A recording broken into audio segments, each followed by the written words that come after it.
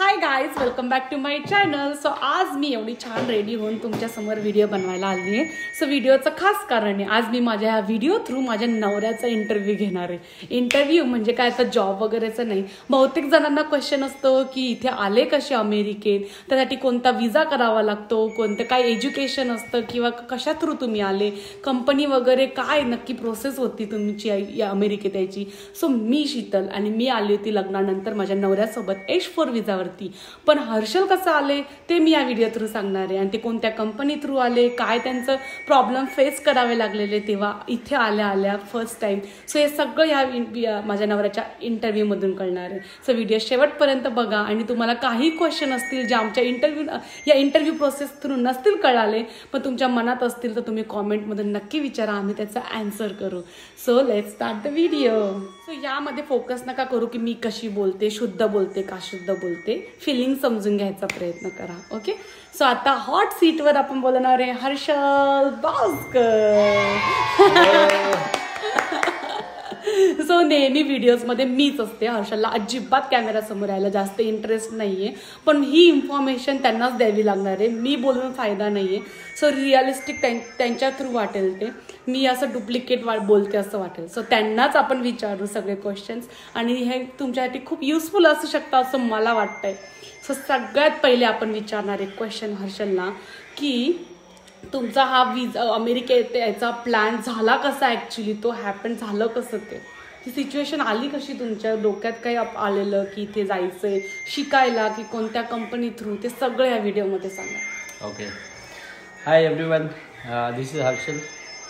Okay. तर actually माझा इथे नंबर लागणार तर नव्हताच असं मला वाटत होतं तेव्हा, कारण की सगळ्यात पहिले माझ्या आधी 2 सिनियर लोक होते, एक टीम लीड पण होती, आणि काही कारणास्तव त्या टीम लीडला लीव्हवर जावं लागलं.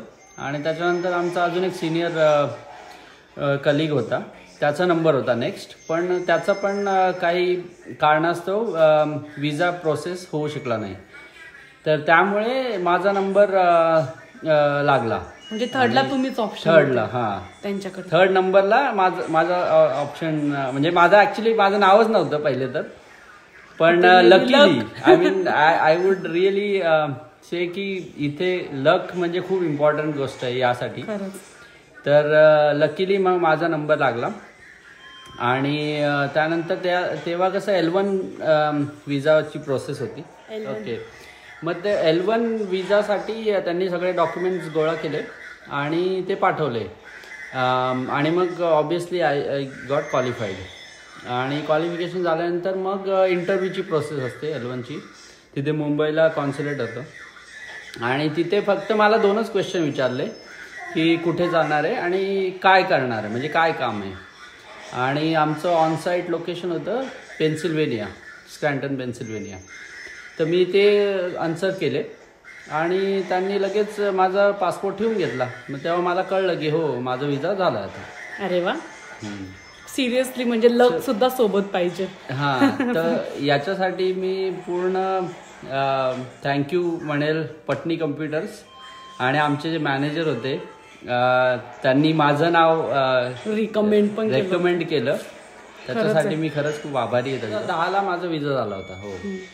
आणि माझा विजा लगेच झाला होता, जास्त वेळ नाही, 2-3 महिन्यात विजा स्टॅम्प होऊन माझ्या हातात होता.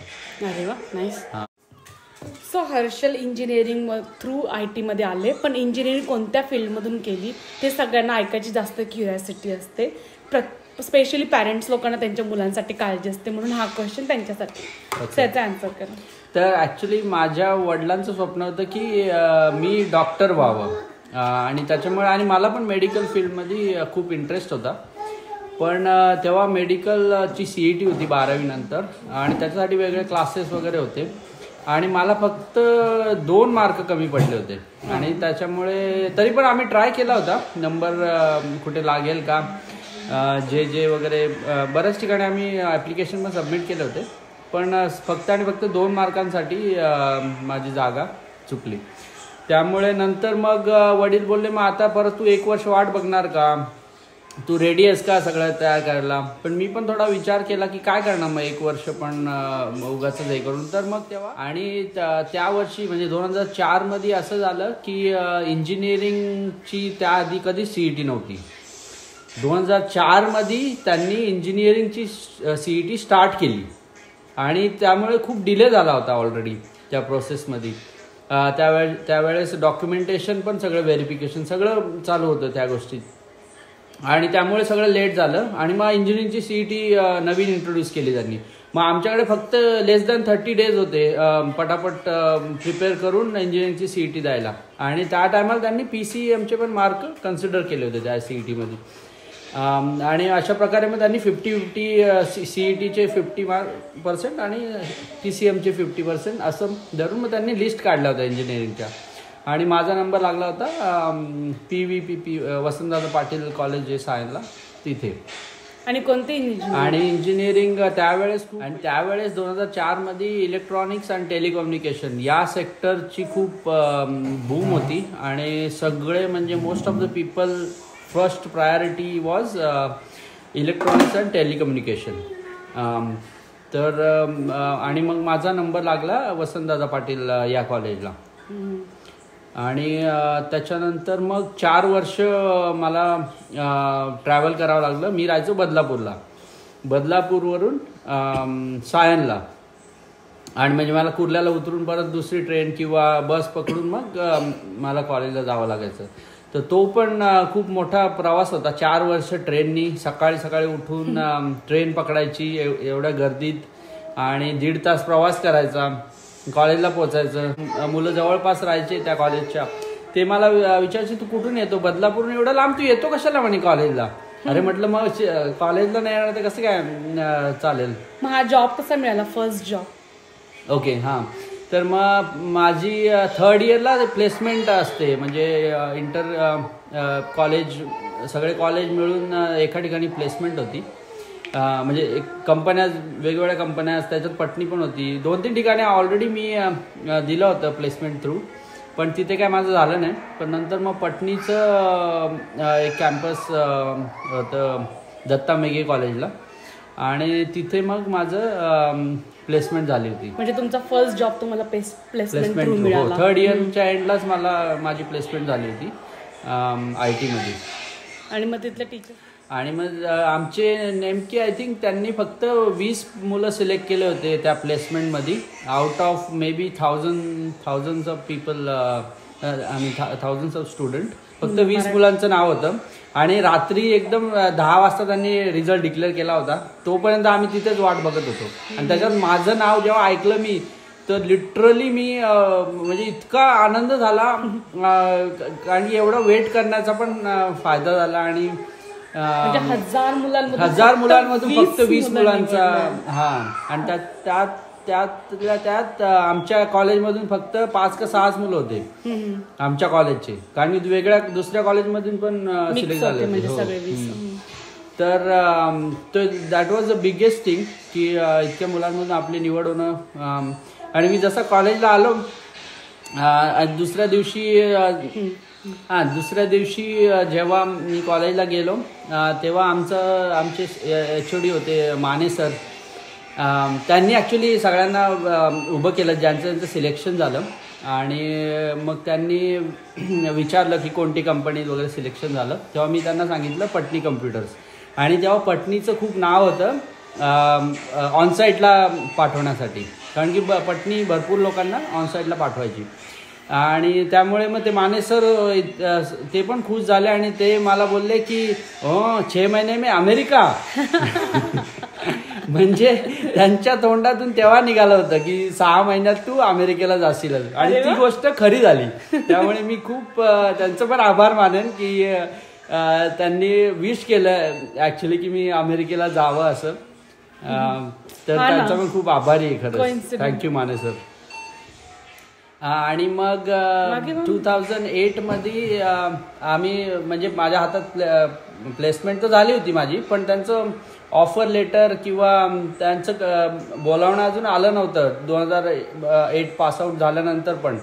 कारण की 2008 या वर्षी सगळ्यात मोठं फायनान्शियल क्रायसिस झाले होते US मध्ये आणि त्यामुळे मोठं रिसेशन होतं 2008 त्यामुळे नोकऱ्या जात होत्या लोकांच्या, त्यामुळे ते कोणालाच बोलवत नव्हते. त्यामुळे खूप टेन्शन आलं होतं तेव्हा की आपलं प्लेसमेंट झालं आहे पण आपल्याला बोलावणं येत नाही आणि फायनान्शियल क्रायसिस चालू आहेत, तर कसं होणार असं. पण नंतर मग भेटलेला जॉब जायला नाही तसंच झालं होतं. बऱ्याच लोकांना आलेच नाही ऑफर, म्हणजे बऱ्याच लोकांना त्यांनी ईमेल पाठवलेच नाही की जॉईनिंग कधी करायची वगैरे.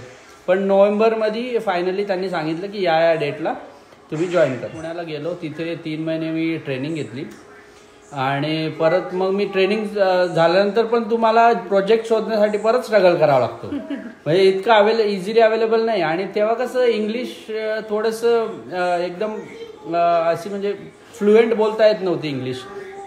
त्यामुळे काय व्हायचं, इंटरव्ह्यूला मी जायचं प्रोजेक्ट म्हणजे इंटरनल प्रोजेक्टसाठी पण इंटरव्ह्यू असतात. डायरेक्ट तुमचं सिलेक्शन झालं तुम्हाला डायरेक्ट प्रोजेक्ट प्लेसमेंट भेटेल असं नाही आहे. तुम्ही इंटरनल प्रोजेक्टमध्ये पण इंटरव्ह्यू द्यावे लागतात. तर तेव्हा माझं प्रॉब्लेम काय व्हायचा की मला इंग्लिश एवढं फ्लुएंट नव्हतं, त्यामुळे मला बरेच 2-3 ठिकाणी माझं सिलेक्शन झालं नाही. इंग्लिश स्ट्रगल सुरुवातीला होते, पण English is just a language, another language. त्यामुळे जेवढं तुम्ही बोलणार, जेवढी तुम्ही प्रॅक्टिस करणार, तेवढं तुम्हाला फ्लुएन्सी येत जाईल हळूहळू. कारण की माझं एक स्वतःचं एक्झाम्पल, मला ईमेलसुद्धा लिहिता येत नव्हता जेव्हा मी जॉईन झालो होतो पट्टीला. त्यामुळे जसजसं तुम्ही बोलत जाणार तसं तुमची इंग्लिश फ्लुएंट होत जाते. हिचंच एक्झाम्पल बघा ना, ही जेव्हा आली होती तेव्हा तिला काहीच कळत नव्हतं.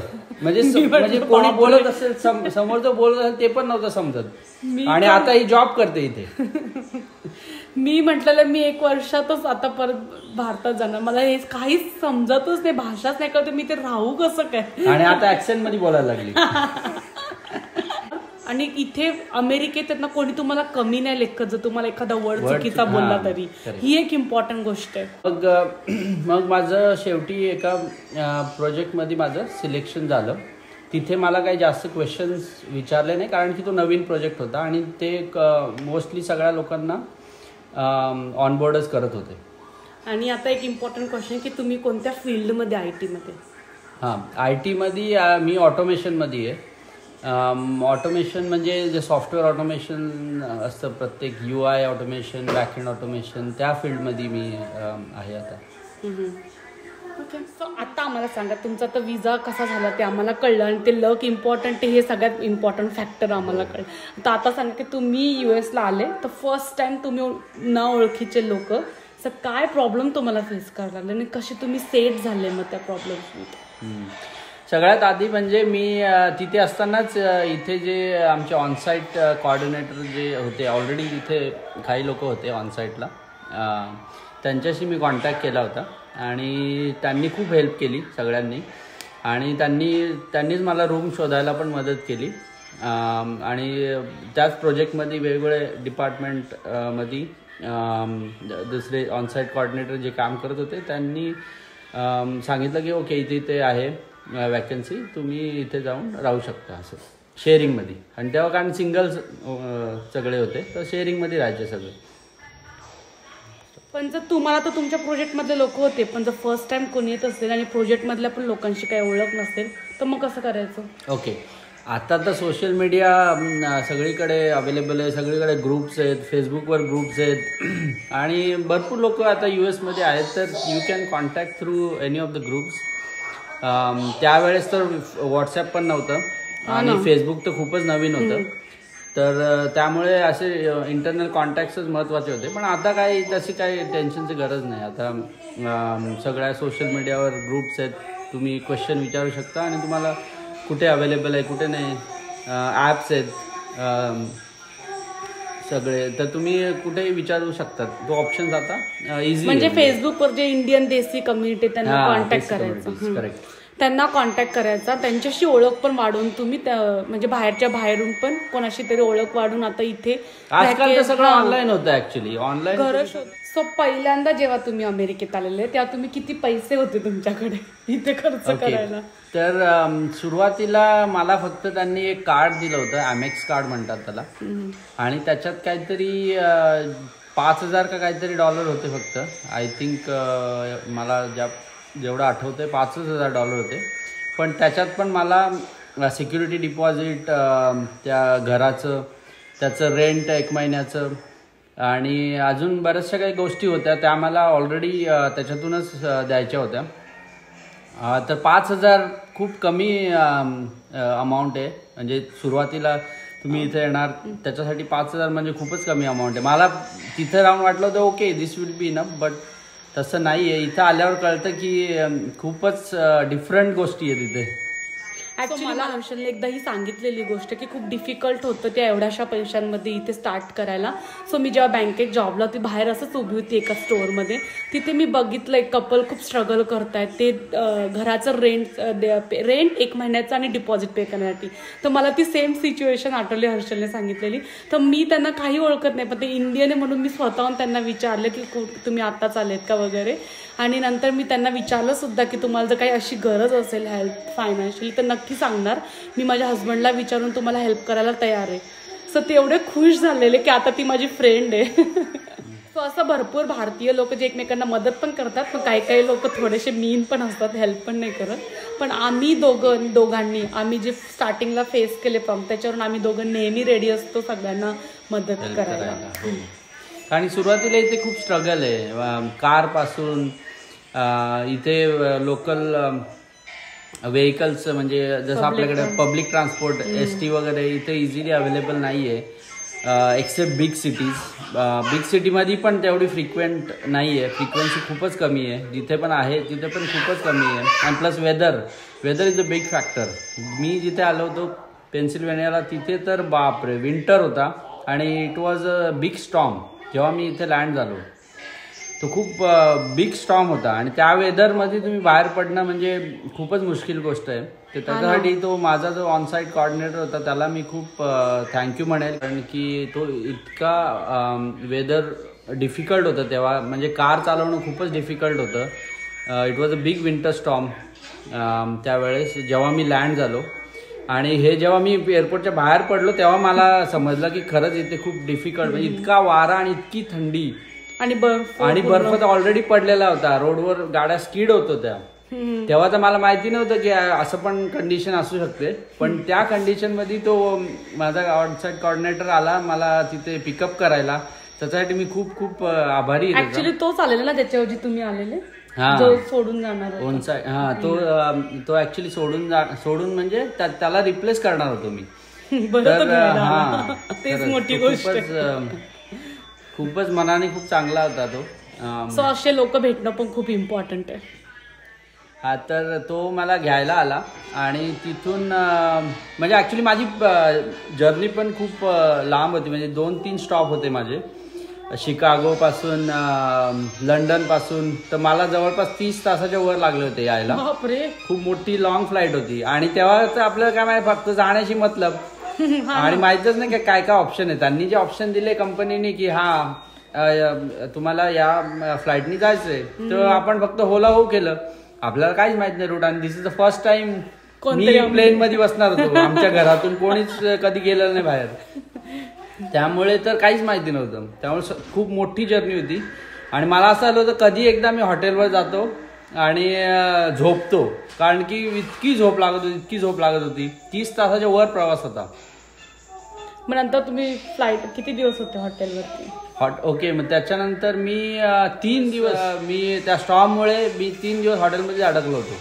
म्हणजे बाहेर जाता पण येत नाही, जे काय आहे ते हॉटेलवरच मागावं लागायचं. आणि त्याला मग कंपनीने सुरुवातीला मला 7 दिवस हॉटेल दिलं होतं आणि त्याच्यानंतर मग मी ऑलरेडी रूम शोधलेली होती आणि त्याच्यात शिफ्ट होणार होतो. पण पहिले 3 दिवस माझ्या स्टॉर्ममुळे सगळं बंद होतं तिथे आणि त्यामुळे 3 दिवस मला फक्त मॅक चिकनवरच काढावे लागले. आणि तिथे काही स्टोर नाही, काहीच नव्हतं. बाहेर पण काही जाता येत नाही काय घ्यायला आणि कार पण नाही काहीच नाही, चालता पण येत नाही. ऍक्च्युली सगळं जवळपास होतं तिथे, हॉटेलच्या जवळच होतं. पण इतका स्नो झालेला होता आणि पडत पण होता वरतून, त्यामुळे तुम्ही चालू पण नाही शकत रस्त्यावर, बाहेर पण नाही निघू शकत, इतकी थंडी होती. तर मी आमचा जो कोऑर्डिनेटर त्यालाच फोन करायचो आणि तो येऊन बिचार मला सगळं घेऊन द्यायचा आणि घरी येऊन टाकून द्यायचं सगळं सामान जे काय पाहिजे ते. आणि कंपनीने जे ॲमेक्स कार्ड दिलं होतं त्याच्यात जे काही अमाऊंट त्यांनी दिली होती ती सगळी माझ्या सॅलरीमधून कट होणार होती नंतर. आणि ही गोष्ट मला सुरुवातीला माहिती नव्हती, पण नंतर मला कळलं की अरे बापरे हे तर सगळं आपल्याच सॅलरीतून कट करताय. म्हणजे कंपनीने काही ना वाटतं कंपनी तुमचं भाडं पे करते का, कंपनी तुम्हाला हे देते का, तर म्हणजे कंपनी साधा यायचा खर्च पण नाही दिला. नाही, यायचा खर्च दिला फक्त, फ्लाईट आणि 7 दिवस राहायचा खर्च दिला. 7 दिवसाचा पण तो नव्हता कटवला. तो नाही कटवला, फक्त जे ॲमेक्स कार्ड मध्ये जे पैसे दिले होते ते सगळे $5,000. 5,000. ओके. सो कार खूप इम्पॉर्टंट होती इथे. कार कसं. आणि मी जिथे राहायचो ना तिथून माझं जे ऑफिस होतं ते 20 मिनिटाची ड्राईव्हवर होतं, पण त्यासाठी तुमच्याकडे कार असणं गरजेचं होतं. आणि तिथे काय पब्लिक ट्रान्सपोर्ट वगैरे काहीच नव्हतं. तर मला पूर्ण डिपेंडंट राहायला लागायचं ज्याच्याकडे कार आहे. मी त्याला रिक्वेस्ट करायचो रोज की बाबा तुझ्याकडे कार आहे तर आपण शेअरिंगनी जाऊया आणि जो काय खर्च आहे तो आपण डिवाइड करू. तर सुरुवातीला असंच झालं, पण प्रत्येक गोष्टीसाठी मग मला त्याच्यावर डिपेंड राहावं लागायचं. कुठे जायचंय, कुठे स्वतःवरून कुठे जाऊ नाही शकत. तर सुरुवातीला खूपच स्ट्रगल आहे इथे, म्हणजे सगळं डिपेंडन्सी आहे. तुम्ही कुठे जाऊ शकत नाही एकटे. तुम्हाला पूर्ण ज्याच्याकडे कार आहे त्याला रिक्वेस्ट करा दरवेळेस. आणि लायसन्स घेण्यासाठी पण तुम्हाला इथं टेस्ट द्यावी लागते, return test plus drive test, दोघं टेस्ट द्यावे लागतात. आणि इथे लायसन्स घ्यायचं म्हणजे तुम्हाला प्रॉपर ड्रायव्हिंग आली पाहिजे, कारण की ते सगळ्या गोष्टी टेस्ट करतात तुमच्या. पॅरलल पार्किंग, स्टॉप साईन इथे खूप इम्पॉर्टंट आहेत या गोष्टी. Signal, stop sign, pedestrian. एक जरी गोष्ट फेल झाली तर तुम्ही फेल. मला माझी ड्रायव्हिंग टेस्ट आठवते. हर्षल 2 वेळा फेल झाले, मी तर 4-5 वेळा फेल झाले. तर मला 3 अटेम्प्ट लागले होते ड्रायव्हिंग लायसन्स घ्यायला. त्यामुळे खूपच जास्त स्ट्रगल झाला होता माझा. जवळपास 6-7 महिने माझे फक्त आणि फक्त लायसन्स घेण्यातच गेले. आणि इथे इलिगली तुम्ही विदाउट लायसन्स ड्राईव्ह करू शकत नाही. पण इंडियाचं ड्रायव्हिंग लायसन्स असेल तर 1 वर्ष ड्राईव्ह करू शकतो ना. हा, पण तेव्हा माझ्याकडे इंटरनॅशनल नव्हतं, लाईक इंटरनॅशनल ड्रायव्हिंग लायसन्स नव्हतं. नाही, इंटरनॅशनल नाही, फक्त इंडियाचं लायसन्स असेल त्याच्यावर. हा, पण ते 4 व्हीलरचं पाहिजे ना. 4 व्हीलर माझ्याकडे 2 व्हीलरचं होतं तेव्हा. 4 व्हीलर मी इंडियात गाडी शिकलोच नाही 4 व्हीलर कधी मी सगळ्यात. तर मी 2 वेळा फेल झालो फक्त आणि फक्त पॅरलल पार्किंगमुळे. आणि मला असं नाही की मी प्रॅक्टिस नव्हती केली, मी खूप प्रॅक्टिस केली होती. आणि ती पण घरी आलो का मला बरोबर जमायचं सगळं. पण तिथं गेलं का तिथं कसं होतं, तर रेक्टँगल होता आणि त्याच्या आजूबाजूला असे कोन लावलेले होते. तुम्ही जर त्या कोनला टच झाले किंवा त्या लाईनच्या बाहेर थोडा जरी तुमचा टायर बाहेर असला किंवा लाईनवर असला तरी तुम्ही फेल. तर त्याने 2 वेळा मला लाईनवर होता. एकदा कोण मागच्या जो कोन होता त्याला लागला आणि दुसऱ्या टायमाला लाईनवर होती. तर म्हणे नाही, लाईनवर नाही, आतमध्येच पाहिजे म्हणे, इतके स्ट्रिक्ट रूल आहे. तर त्याच्यामुळे त्याने दुसऱ्यांदा पण फेल केलं मला. मग परत तिसऱ्यांदा मी अपॉइंटमेंट घेतली, पण ती पण 3 महिन्यानंतर भेटली. मग मी रोज चेक करायचो कोणती अवेलेबल आहे का, तर मला थोडी जवळची भेटली होती त्याच्यानंतर 3ऱ्या अटेम्प्टमध्ये. आणि मग 3ऱ्या अटेम्प्टमध्ये मी पॅरलल पार्किंग क्लिअर केली आणि मग बाकीच्या सगळ्या गोष्टी आपोआप म्हणजे मग अशा प्रकारे मला लायसन्स भेटलं. गणपती बाप्पा मोरया. सिरियसली खूप मोठी अचिव्हमेंट वाटली मला त्या टायमाला, कारण की खूप स्ट्रगल होता. सुरुवातीला तर खूपच स्ट्रगल केला मी. आणि त्यानंतर मग अशा प्रकारे मी इंडिपेंडेंटली ॲटलिस्ट मला लायसन्स भेटलं. मग त्यानंतर मला कार घ्यायची होती. तर कार सुरुवातीला एवढे पैसे पण नव्हते, तर त्यामुळे मी म्हटलं कोणाची सेकंड हँड कार घेऊ आणि आपल्याला टेम्पररी इथले जवळपास किंवा ऑफिसला जाण्यापुरतं इनफ आहे. तर मी एक जुनी कार होती मित्राची, तो चालला होता इंडियात, तर त्याने मला विकून हे केली. सो फर्स्ट कार होती तुमची? माझी होती टोयोटा कॅमरी. आणि किती? 92ची होती ती, खूपच जुनी कार. 92ची आणि $3,000ची. $3,000ची. आणि आज कार आहे $60,000ची. आज car. Good job. I am so proud of you. मी तर नेहमीच प्राऊड आहे हर्षलवरती, पण सिरियसली. आणि त्यानंतर आता सांगा तुमचं फर्स्ट रेंट किती होतं अमेरिकेत आलेलं तेव्हा? मी जेव्हा आलो होतो तेव्हा $800 का $900 अराउंड $800 ते $900 रेंजमध्ये होतं. आय थिंक 950 होतं ना, 950. ते तर तू आली तेव्हा. Okay okay. पण सगळ्यात आधी जेव्हा मी आलो तेव्हा $800 होते. ओके, $800. ओके. त्याच्यामध्ये आम्हाला 2 बेडरूम होते, 2 बाथरूम होते, रो हाऊस टाईप होतं ते घर, कारण की मी नंतर आलेली त्या घरात. खाली आणि वर खूप सुंदर होतं ते. पण $800 म्हणजे इन इंडियन रुपीज मध्ये ते किती झाले असतं तरी रेंट? 64,000 महिन्याचं रेंट होतं तिथे. पण तेव्हा खूप जास्त होतं, कारण की तेव्हा सॅलरी पण ॲज पर US पण कमी होती ना.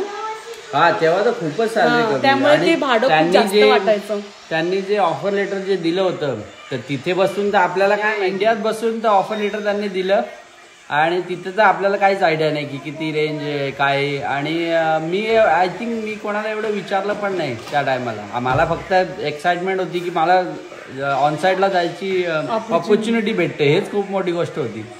पण जेव्हा इथे आलो आणि मी जेव्हा सॅलरी इथल्या लोकांना सांगितली तर तेव्हा ते लिटरली बोलले की बापरे, तुला खूपच कमी याच्यात कटवलं म्हणे त्यांनी, कंपनीवाल्यांनी. आणि ही गोष्ट मला इथे आल्यावर कळली. तिथे बसून ते रुपीज मध्ये कन्वर्ट करून खूप जास्त वाटलं. हा, तेव्हा खूप जास्त वाटलं तिथे. पण नंतर इथं कळलं बापरे, इथं रेंटच $800 आहे.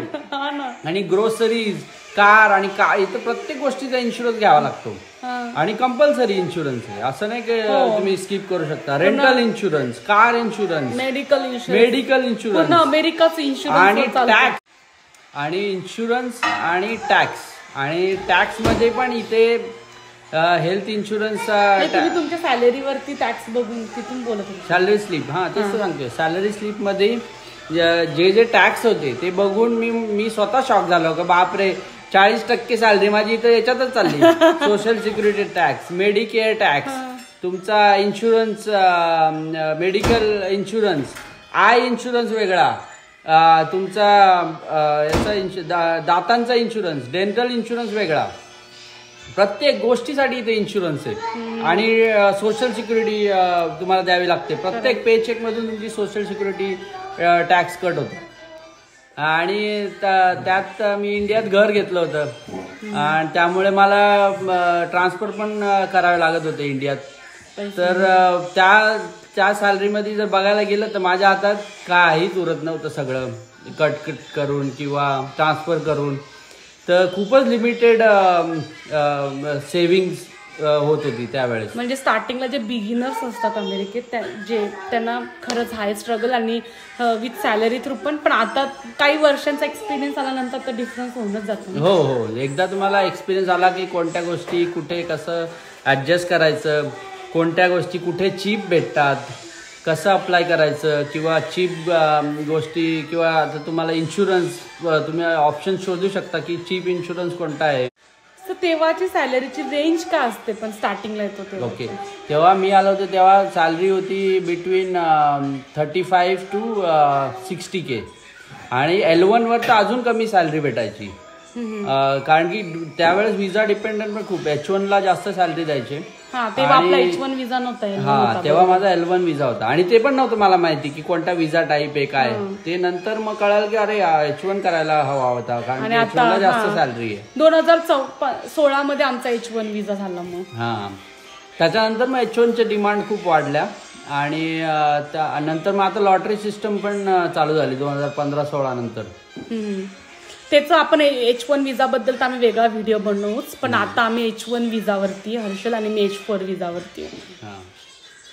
आत्ताची सॅलरी आत्ताची ओके. आता डिपेंड्स ऑन युअर रोल. तुमचा रोल काय आहे तुमच्या प्रोजेक्टमध्ये, तुमची डेझिग्नेशन काय आहे, त्याच्या सगळ्या याच्यावर डिपेंड असते. पण बिटवीन 80K to 150K तुम्हाला साधारणतः ही रेंज मध्ये भेटू शकते. चालेल.